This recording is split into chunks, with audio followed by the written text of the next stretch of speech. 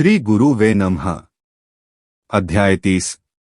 श्रीपाद श्रीवल्लभ महासंस्थान निर्माण होईल असे श्रीपाद प्रभूंनीच सांगितले।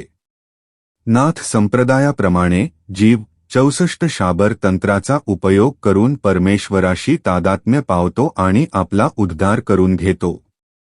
नाथ संप्रदायाचे आदिगुरु श्री दत्तात्रेय भगवानच आहे। आपणासमोर बसलेले श्रीपाद श्रीवल्लभ हे साक्षात दत्तात्रेयच आहे। बुद्धिबळाच्या पटावर 64 घरे असतात। श्री महाविष्णू श्री महालक्ष्मी बरोबर वैकुंठलोकांत बुद्धिबळाचा डाव खेळतात। याचा गूढार्थ असा की 64 योनीमध्ये असलेल्या निरनिराळ्या जीवांच्या जीवनकलापांचे कर्मफळ आणि त्यांच्या परिणामित क्रियांचे साक्षात दर्शन घेत त्यांच्या कर्मफळांच्या आधारावर त्यांच्यावर अनुग्रह करतात। दिव्य मानव होण्यासाठी आवश्यक योग्यता। मानवाच्या आध्यात्मिक अधिकारावर त्यांच्या उन्नतीचा वेग आधारित असतो। प्रत्येक जीवाची दिव्यात्मा होण्याची आकांक्षा असते। या मार्गाने वाटचाल करण्यासाठी योगपद्धती, मंत्रजप, यज्ञयागादी कर्म, धर्मकार्य संपन्न करणे इत्यादी पद्धतीचा अवलंब करून शरीरातील आत्मज्योती प्रकाशमय करावी। या प्रकाशावर नाडीशुद्धी अवलंबून असते। नाडीशुद्धीच्या स्तरास अनुसरून मानवास निरनिराळ्या शारीरिक, मानसिक, आध्यात्मिक शक्तीची प्राप्ती होते।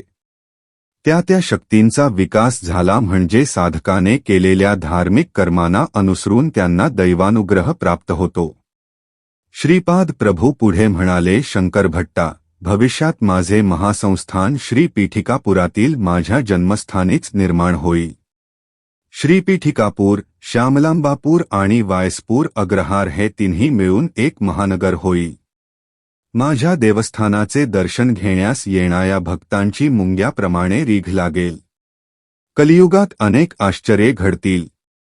वशिष्ठ महामुनींचा अंश घेऊन जन्मास आलेला एक साधक श्रीपाद श्रीवल्लभ संस्थानाचा पुजारी नेमला जाईल।